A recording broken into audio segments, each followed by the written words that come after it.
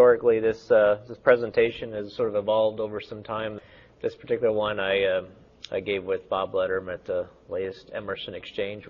In this presentation, first of all, I'd like to sort of ground everybody in terms of where we have come from a sort of a historical point of view.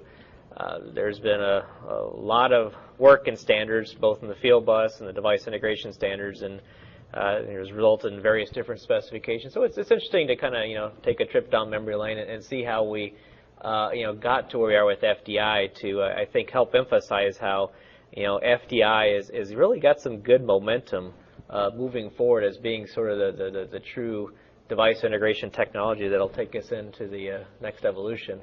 Talk a little bit about the FDI Cooperation, which is actually a legal entity made up of the 5 founding foundations, which is an essential port for us to not only generate both specifications but also the ancillary technologies that are needed to bring in technology. Things like tools for both those developing packages, tools for those that are developing systems, and of course the conformance and test tools necessary to really bring about some sort of project, bring about conformance testing. So start on the history of collaboration here. I always have to bring back to the old field bus wars, since I was somewhat part of that. That kind of ran sort of from the late 80s until right before the turn of the century there. Lots of people trying to trying to get the quote universal field bus standard. Lots of discussion, lots of arguments. In the end, the truce came about when the IEC sort of said, all right, we're not going to get to this sort of one standard. There's just too many different types of applications, different types of both politics and technical side. You're not going to get to just one single standard. So let's change to sort of a multiple standard approach. And so edition 1 of the 61158 and the companion series of 61784 standards were initially released back in about 2003, and at that time there were 7 communication families, and amongst those families 18 profiles, and just to help explain what that means, for Foundation Field Bus we're family number 1, but underneath Field Bus Foundation we have our separate profiles for H1 and HSE, for example. So we are now towards the release of edition 4, and I'll say roughly edition 4 because many of these substandards have their own part numbers and so on, but I'll say it's the 4th time moving through, and that's with help of Ludwig. We now have 18 communication families and roughly about 51 profiles the last time I counted, and I should be very clear, that doesn't account any real-time Ethernet profiles or any functional safety profiles, which are in other standards as well, which, when you went from one field bus to, 51 plus, takes me to my favorite quote of them all from Tribute to Grace Hopper. This is one of the things about standards, is that there's so many to choose from. Lots and lots and lots of standards.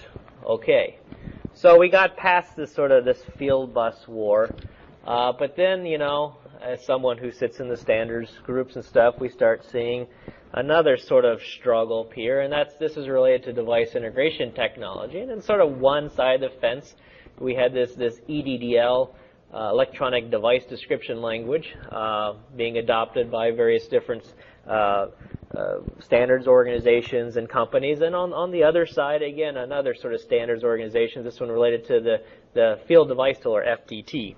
And again, you have, again, this sort of same thing where each technology has sort of its different unique flavors and features and so on, and ultimately people sort of line up and say, I like these features better than those features and so on.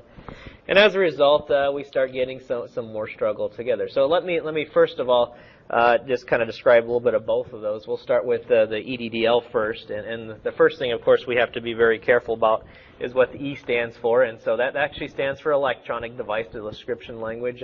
We have enhanced EDDL over time, and sometimes people see the ED and think, well, it's enhanced device description. No, it's good old electronic device description language. And sometimes you'll see that different communication foundations may simply refer to that as just device description language, but for all intents and purposes, that's really the same thing. The IEC standard refers to as Electronic Device Description Language. The standard, the Field Bus Foundation, or the specification, is titled Device Description Language, which is a fully proper subset of that IEC, Electronic Device Description Language. But generally, just treat those as about the same thing. So the EDDL technology was originally adopted by HART back in '92. Field Bus Foundation, in this case the predecessor of Field Bus Foundation, ISP, and eventually the Field Bus Foundation '94, and then Profibus and Profinet began adopting it in 2000. It has been an international standard. It originally was in the 61804-2 series. That number over time has, the document has sort of split and it had some different numbers and stuff, but the original standardization happened back in 2004. And importantly, EDDL is sort of collectively maintained through various different standards groups like IEC by sort of three foundations. You have the Field Bus Foundation, the HART Communication Foundation, and the Profibus Foundation. Earlier on, we had actually created what we called an EDDL Cooperation Team, and that was really nothing more than a memorandum of understanding that we would sort of work together to maintain and enhance that. But they're so collectively owned by those, but not as sort of a separate foundation, more as just three groups getting together trying to maintain a common standard. Basic characteristics of EDDL, it is for the most part communication network independent. I like to say, and I'm stretching a little bit, it kind of has some dialects, and what I really mean by that is that there are different features in EDDL technology that are suited for the different communication profiles. Foundation Field Bus is a block-oriented architecture, and so therefore there are block-specific constructs for that. But when it comes time to just defining what a basic variable is, the process variable, the way you define a process variable in HART, Field Bus, and Profibus is functionally equivalent. A lot of stuff there. It is a system and OS independent platform. EDDL has a feature where we can run sort of what we call methods, and this would be useful for doing maybe a calibration of a device. And the methods allow you to interact with the user, to put some messages on the screen, to ask them for some feedback, tell them to apply a particular value to the sensor, for example. And all that sort of it runs in more of an interpreted mode, sort of like a batch file type thing, which is interpreted by the system. It's not machine language code per se. It's just an interpreted language that allows the EDD developer, the device supply EDD developer, to interact with the system and help the user through some complex scenarios. EDDL as HART is basically describing parameters, and parameters have things like labels, which can be multiple languages, appropriate to the system. We have help text information, which now you can provide paragraphs to help, again, the ultimate end user in terms of the features and function of that particular parameter or menu or so on. And of course, units, which are very important. They have unit codes, which established throughout the system, and handling attributes, so that perhaps based on certain device modes, you can change this parameter, but maybe in a different device mode, that parameter doesn't, may not be applicable. So these basic inter-parameter relationships certainly can be well defined. Ultimately, these basic parameters, you can organize them in sort of context-sensitive views, and these can be visualized now not only with kind of putting them in some group boxes and so on, but you can also have some pictures to go along with that, so that kind of assist the user through various different activities. And even now we have the ability to include basic data visualization, so to capture a valve signature and put it in a graph form, for example. That can be all done. And the main thing is from an EDD perspective, really, the EDD provides the system the information necessary to actually display it. But the full rendering of how an EDD is displayed is really controlled by the host application. It gets sort of the hints, shall we say, from the DDL, but this was done so that in the end, whether you have a DD from one supplier or another supplier, generally, from a system point of view, they're all going to look about the same. They're going to have that same look. The same chart controls that you see and interact with one DD is going to look just like the other DD. And so I say that from an EDDL perspective, he kind of influences the presentation. But ultimately, it's the system that determines that. And again, historically speaking, we've been cooperating since 2003 with a sort of a general memorandum of understanding. This is kind of a loose legal document that said we'd all work together. It was, historically, if you think about it, we had just finished the field bus wars, and so of course you had a lot of animosity between some of the standards development organizations, and so we said, well, you know, is this a grand experiment? Can we actually get together and work on some common good? And it actually worked pretty good. We went through sort of a phase 1 project in 2003 just to do some basic visualization and to be able to also support persistent data storage. Persistent data storage, so like if you did like a valve signature and you want to save and compare later, to have some basic functionality there. But that phase 1, which kicked off in 2003, it lasted for a couple of years, was actually successful enough that we said, well, you know what? At the end of that, we said, well, let's identify future areas that we could work on, some more advanced applications. We kept that original scope pretty tight because we weren't even sure we can get along. But it was successful enough that in 2004 we actually added the OPC Foundation. So there our little group there, you know, made 4 industrial foundations now. And the goal here is to try to support more complex devices and some of the requirements they provide. And also at the same time, this is OPC UA is now sort of emerging as a new standard. And so how do you represent an EDD-based device in an OPC UA namespace? So some of that mapping and stuff certainly became possible. Okay, I'm going to switch topics now and talk a little bit about the FDT side. Again, it kind of started as a basic association back in 2003 amongst ABB, Anderson Hauser, and Vensis, Metso, and Siemens, but sort of became then a real sort of standards development organization, you know, sort of in the likes of like Fieldbus, Profibus, and ARDA, a separate organization called the FDT Group in 2005. They have certainly several communication networks that are supported. I've got a list up there. It's by all means probably not the complete list as well. There's probably several more since then.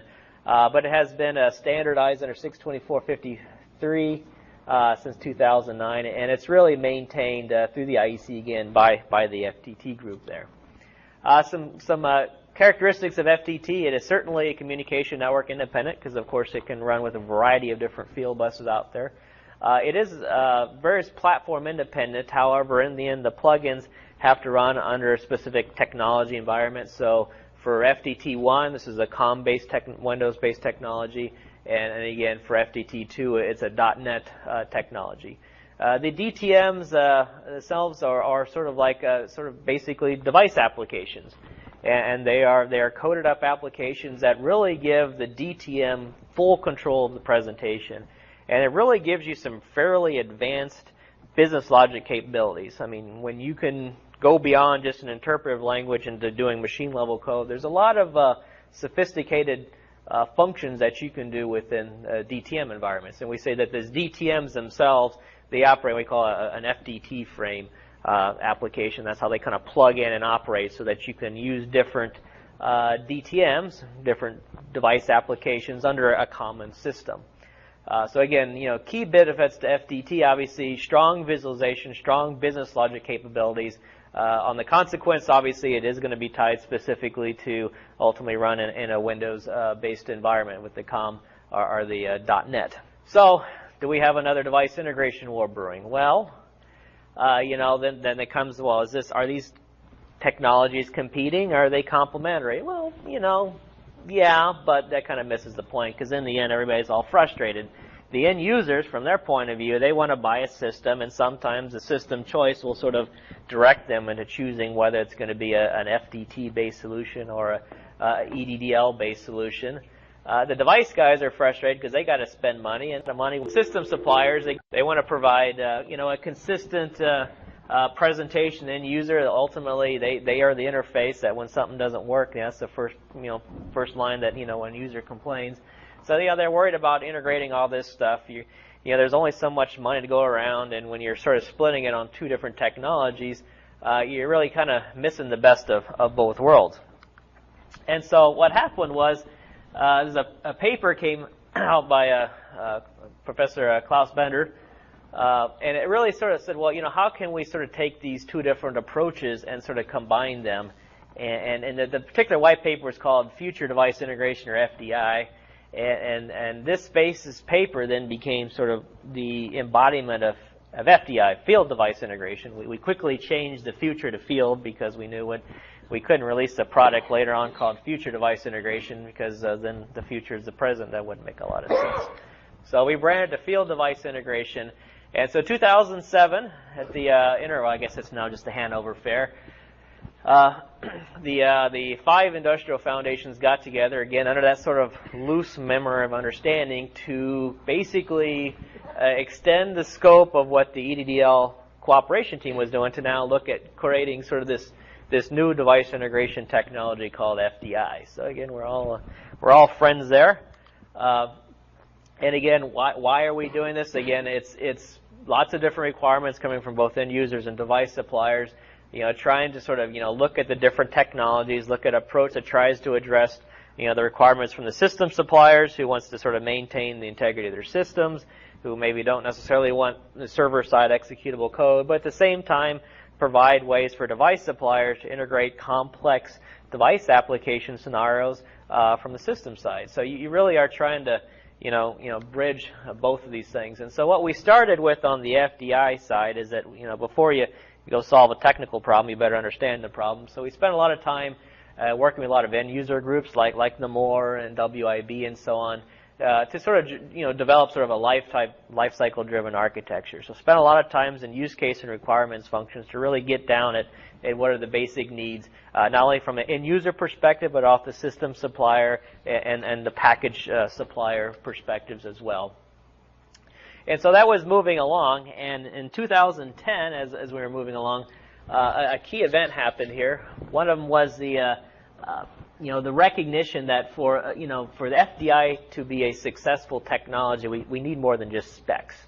And it's the same thing with device description technology, DDL technology. We have our standards today, but we also need things like tokenizers and DD services and all these other tools that enable more consistent implementation and the test tools that go along with that. And today, those were all being developed independently by Fieldbus Foundation, Profibus organization, and Heart Communication Foundation. And so you got basically the same tool being spent 3 times. And so, well, can't we just do this under one umbrella and do one tool right the first time, and so pull our collective resources together and build a product that ultimately could be better than what we could individually do. And so the 7 industry partners that you see on the screen there got together to sort of express public commitment for the FDI project, and then we expanded the scope to develop, first of all, from a validation effort to try to harmonize that a little bit closer, to develop some common tools to make sure that the technology that FDI is being driven, interoperates exclusively with the FDT emerging technology at the time as well.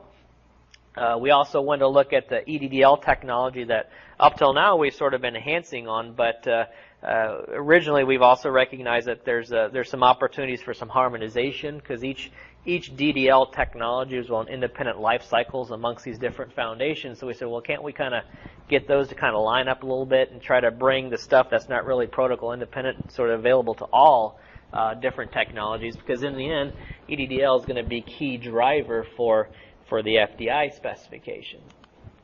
And so in 2011, we actually created, amongst those 5 foundations, a legal entity. So moving from that loose sort of, hey, let's get along type memorandum of understanding to, all right, we've now incorporated as a legal entity. It has a limited lifetime. It was set up to be 3. It's now been extended, so it's got a 4-year lifetime. But ultimately, this provides the vehicle necessary to generate and own intellectual property. So when we're doing specifications, it was fairly easy. You write the specs, send it to IEC, it gets standardized. But now we're creating tools. Somebody's got to own those tools and license those tools.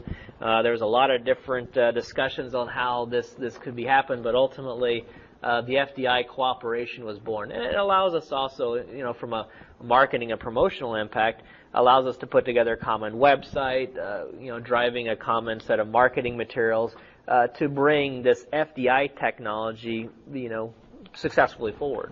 So, general key principles of FDI, again, use case and requirement structure. We want to take the EDDL specification that we know and love today and harmonize that, bring it a little closer amongst the different protocol implementations. Initially supporting Foundation, Fieldbus, Heart, and Profibus, but certainly not excluding other industrial networks out there. To advance also certain advanced use cases like nested communication. So this is when you have gateways and linking devices and so on to make sure that you can get the data that, for example, on you may have a Heart device connected through a Profibus network, and you want to be able to get those data across those networks and be able to describe all that. So some more complex use cases like that. And of course, we said we want to make sure that these packages, this new term now, this FDI packages, we want to make sure that they're not only compatible with the base FDI specs, but we want to make sure that those can interoperate 100% within an FDT two-frame environment. And the big advantage there is that, again, from a customer basis, whether you've decided to go the EDDL route or the FDT route, you got a place to go forward, because in the end, both of them are going to be able to support these new device packages. So key features, again, it's a sort of a unified technology. We're going to pull the best in both from sort of EDDL and FDT concepts. We're going to use OPC UA specs as kind of the glue middle that allows us to describe the different devices through a common information model. We will maintain the system and platform independence throughout a strong life cycle concept as well, because typical end user use cases are they get new products. They may do their engineering on one version, and by the time that the device shows up at the plan acceptance test, or especially a device replacement, you get a new device revision. So we need to make sure that a good strong life cycle concept is there, so that it's real easy for end users to integrate the packages and the associated devices that go along with it. Very scalable architecture too, which is really nice. So if you're building a real simple basic commodity type device, you don't need a lot of advanced diagnostics. It's not very expensive for that device supplier to provide an FDI package. On the other hand, if you got this feature-rich, a device, maybe a device that has a little bit more complex configuration or calibration routines, and you want to go that extra level, the cost associated that should be proportional. So that it's for those that don't need the power, it can be relatively expensive, but it's there for those that want to take advantage of it. So we got some new terminology here. The first two are the ones that I probably want to sort of point out very specifically. This FDI package is really the thing. That's the file. That's now going to incorporate various different components of the FDI technology. Interesting enough, it is based on an opening packaging convention. We sometimes refer to it as the other OPC, because that's not the OPC Foundation. That's the Open Packaging Convention. It's another IEC standard. It's actually from the Open Office set of standards. So, if you're unaware, that actually uses it's a zip container with some special relationship files and so on that allow a system to find the necessary parts within there. So again, we're instead of reinvention here, we've looked at where other standards are appropriate of adopting those as well, because then you get the nice, you can leverage those technologies and stuff. For example, .NET has some special functions and features for interfacing to open packages built in, so we can leverage those technologies. The user interface plugin is the sort of, I'll call it DTM-like. It is not a DTM, so we got to be real clear here. It is not a DTM, but the important thing is that it's sharing a lot of the same services that a DTM does. A DTM is more of I would say, a standalone application. In the FDI realm, these are more functional-oriented applications. The idea, and it's called from the style guide, is that you'll use your basic DDL technology to describe the instrument, and then when it makes sense, you'll launch these apps, these UIPs, these plugins, to do those very specific functions to do that. There's a third terminology that you may see here and there. It's not one I want to emphasize too much, but occasionally, because again, we're a bunch of engineers and we like to invent new words. You'll see this term called user interface description sometimes. I wouldn't worry too much about that particular term. Ultimately, it's just simply the graphical visualization of the EDDL menus and methods. So don't worry too much on that, but in case you see that particular term, that's what's there. But the first two terms, the FDI package and the UIP, the user interface plugin, those are the real new if I had to boil down FDI to 2 new terms, that's about the only ones you need to worry about.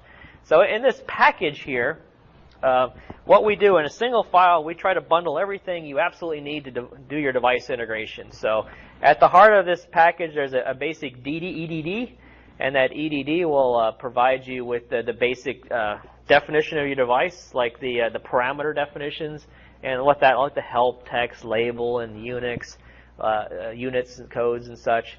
We'll call the basic business logic, so that's kind of the rules.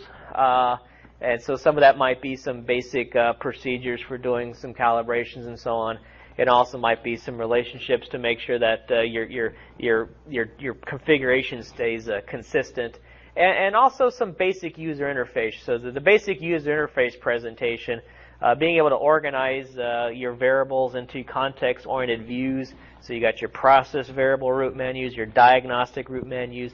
That basic collection is sort of driven by the EDD.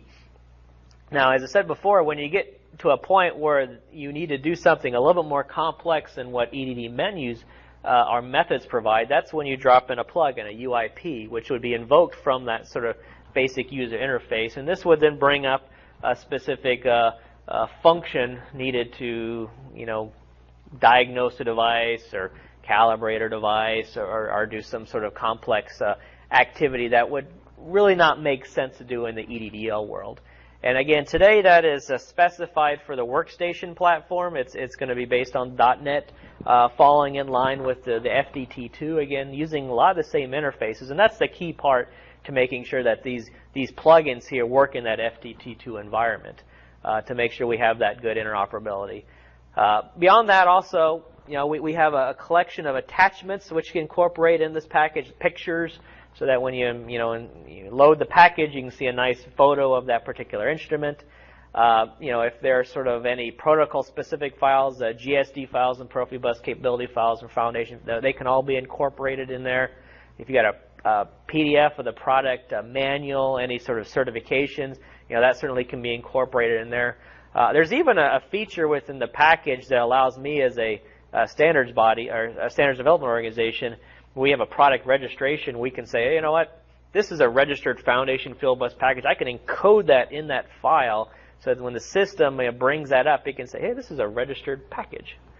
And security, of course, that's a big concern now, obviously, in our environment. So the package itself can be signed using digital certificates to basically deal with the integrity, to make sure the package wasn't changed between when the package supplier created it and then user loaded it. And, of course, also authenticity, to make sure that, when the package is loaded in the system, there's a trust set up so that it knows, well, hey, that package came from ABB or Anderson-Hauser, and I know that that's a trusted package. So, again, all built technology as part of, the FDI specs. There are actually 4 classifications of packages today. I'll probably mention the first 2 because they're probably the ones you'll see right away. So the FDI device package is going to be the most common one. That's a package per device. But we also have basic profile packages. And in certain communication profiles, if you don't have the full package, you might be able to default down to sort of a basic package. Maybe it doesn't expose all the device features, but it gives you some of the basics. So profile packages are there to handle kind of some of the common functions for maybe a device family or so on. We have the capability later on for user interface packages to actually package those plugins separate from the device package, so that perhaps some device suppliers might be able to provide sort of libraries and so on. And then earlier on I mentioned some of these complex gateway type integrations where you might have linking devices and routers and so on. And so communication packages are specific for those communication servers for integrating those different networks. So in bringing this all together, we have to start thinking about tooling and all that stuff. And one of the key parts to this is sort of the OPC UA to sort of glue this all together. So this is again a little more detailed sort of representation of some different systems. But the key thing to sort of emphasize here is that OPC is sort of those set of standards are serving as the basis for the information model, how the data is represented internally within the system. And so that whether it's the UIPs, the UIDs, and all that stuff interacting with the system, those sets of standards are being used. Now, in the end, not all FDI servers may have OPC UA services exposed. That might be a selection. But nevertheless, the technology that's being used in there certainly is the FDI or OPC UA. Backwards and compatibility is obviously a critical end user requirement. As we develop some of the tools, certainly on the Fieldbus Foundation side, our existing DD libraries, DD4, DD5, for HART, FMS 6 and 8, and in Profibus, where they've done source code, they'll have some tokenizer tools that'll provide some backwards compatibility. Big thing to recognize here is that FD2 is going to be able to support FDI device packages. So that's the harmonizing approach. But I also want to be very clear, and we got to have some expectation, is if you have sort of an FDI system, if it doesn't support FDT2, it's not going to support DTM2s. So everybody's going to support the device packages. That's sort of the common integration point. But if someone just built from the FDI specs and expected to integrate an FDT2 system, that integration is not supported directly. You would have to integrate the necessary frame applications for that. So very, very important part to understand the compatibilities. The package here is the key moving forward. Another key nice things about FDI in terms of looking at some of those existing use cases, how you get the package in the system. It is more what we call kind of a copy deployment. So the package itself is not an installer per se, like you install Microsoft Word or you download an app. It's more of an import function where the files get imported in the system wherever it chooses fit. There's no explicit Windows installers or writing registries or DLLs. We also moved to a nice naming convention. So for those who may be familiar with DDL and you see 0101.ffo and you say, what the heck does that mean? We come up with a nice file name so that end users can actually recognize this stuff. And within the system, again, FDI is sort of a client-server model. The idea is that the server can sort of host all these packages and then on demand can push us out to the client. So you have this sort of install once, use anywhere model. And also, more importantly, is the persistent data, all that stored data, those stored valve signatures or calibration or all that stuff, that all resides at the server level, so it provides a single source for doing all your backups and all that as well. We talked earlier about integrity and authentication. We're using standard X509 digital certificates for signing these packages. Probably day one, the certificates won't be there, but over time, this will be a common area for making sure that the packages securely get delivered from the systems. And finally, the lifecycle management, spending a lot of time within the FDI standards to kind of adopt the major minor revision concept and understanding when packages simply mean, hey, this is just a patch, you can update this automatically versus this is an upgrade, so you might need to have side-by-side installations available within the system as well. And also important, from a technology perspective, their future thoughts. I'll give you one example. Those plugins that we talked about today, they're currently designed for the workstation platform. Your typical PC, got a keyboard, mouse, big monitor. We're also working on a mobile platform, and this now you're talking about, your handheld type devices. Maybe it's touch screen, much more limited display devices, and so the technology is built so that plugins can be optimized for different types of platforms.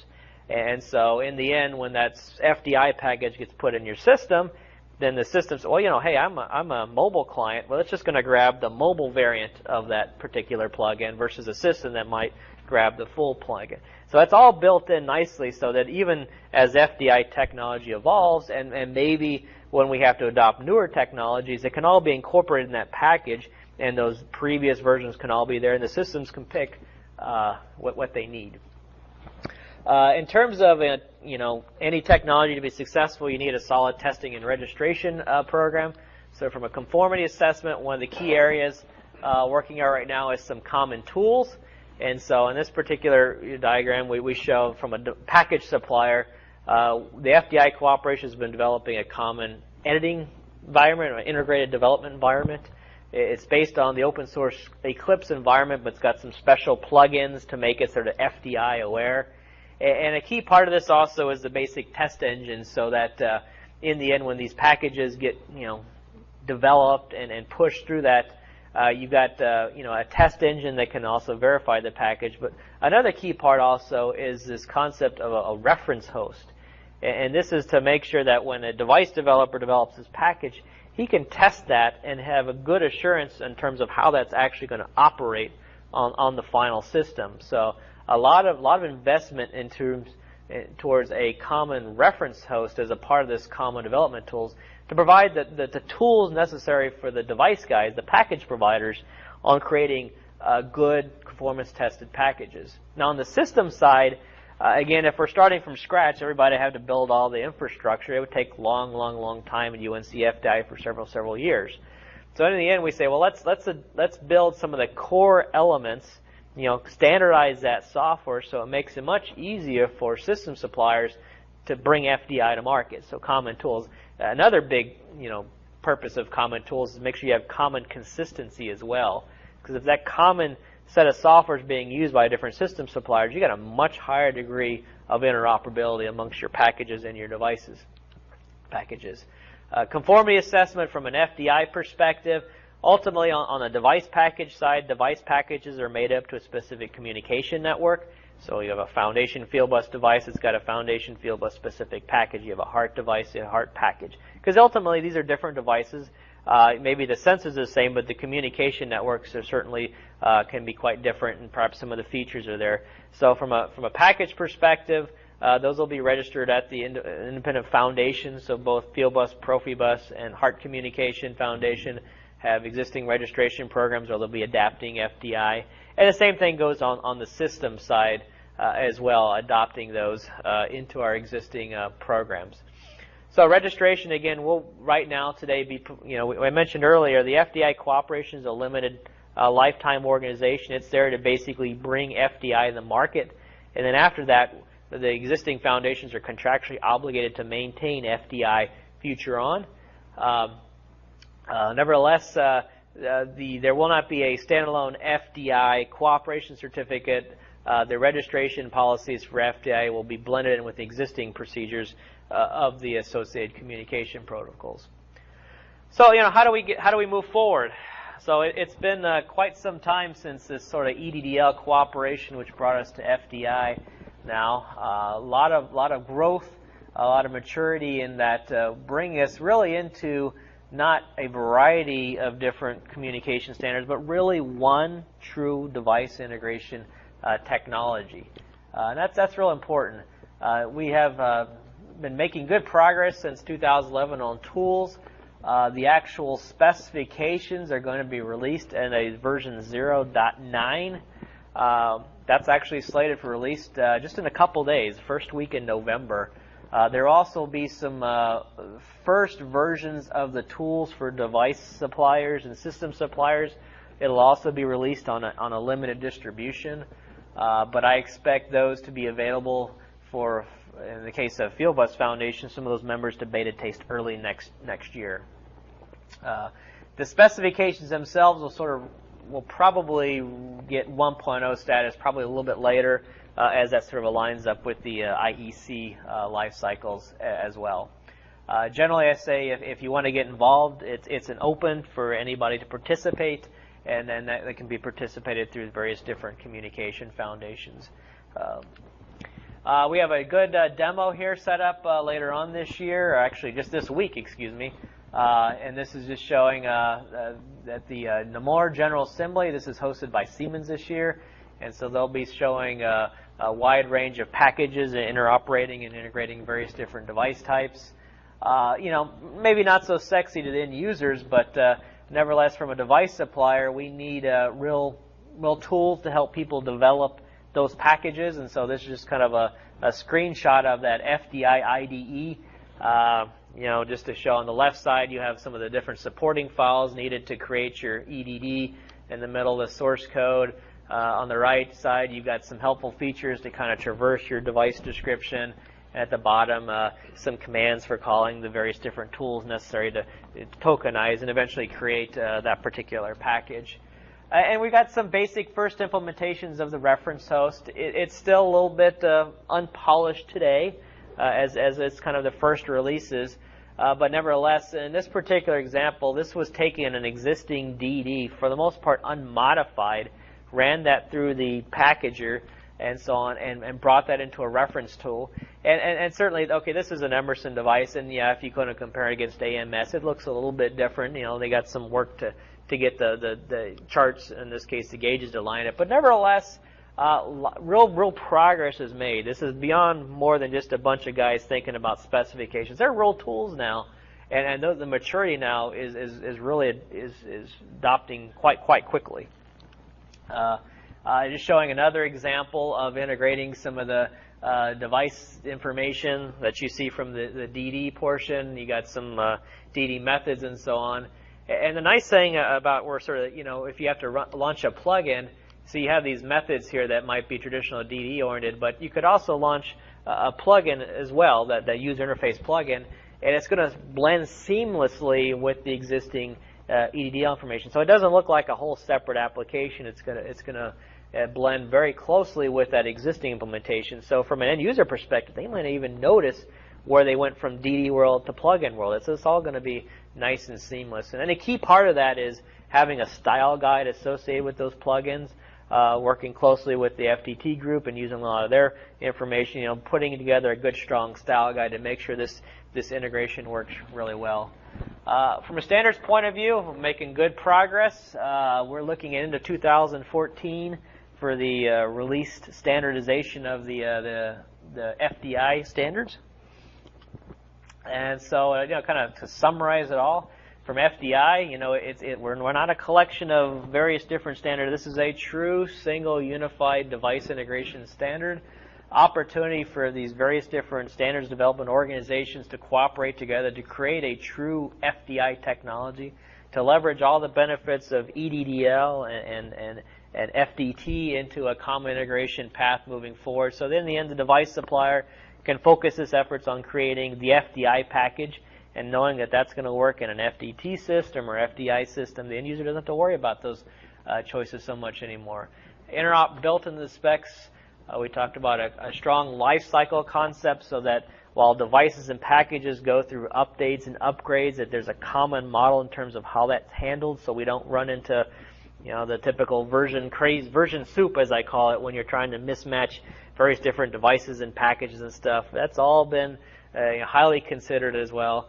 And the more, again, a good end-user organization out of Germany's got a version 105 document for various different requirements, again, meeting many of those requirements as well. And there's a nice presentation at the ISA show this week to talk more specifically about the NE5 requirements.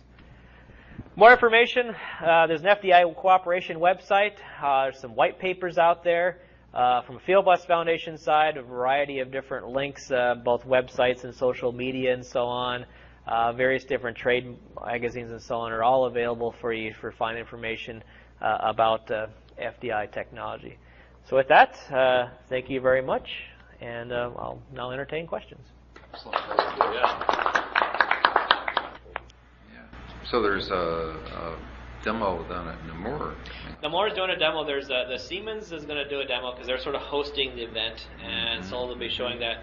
But also separately, the FDI Cooperation will be there, and they'll have a demo of some of the FDI tools. So Siemens will show it from a system integration perspective, and then from a developer's point of view, to actually see that there's real live stuff going.